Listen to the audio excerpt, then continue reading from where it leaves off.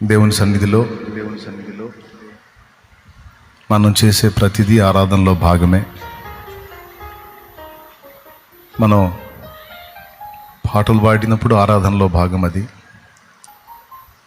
దోషాలు ఒప్పుకొని పశ్చాత్తాప్తులమై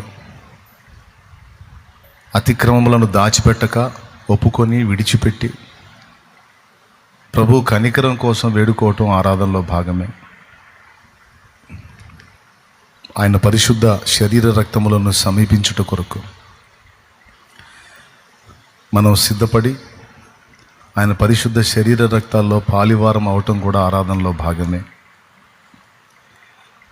మనం అంటాం కదా ప్రభు బల్లారాధన అని, అందులో కూడా ఆరాధన మెన్షన్ అయి ఉంటుంది.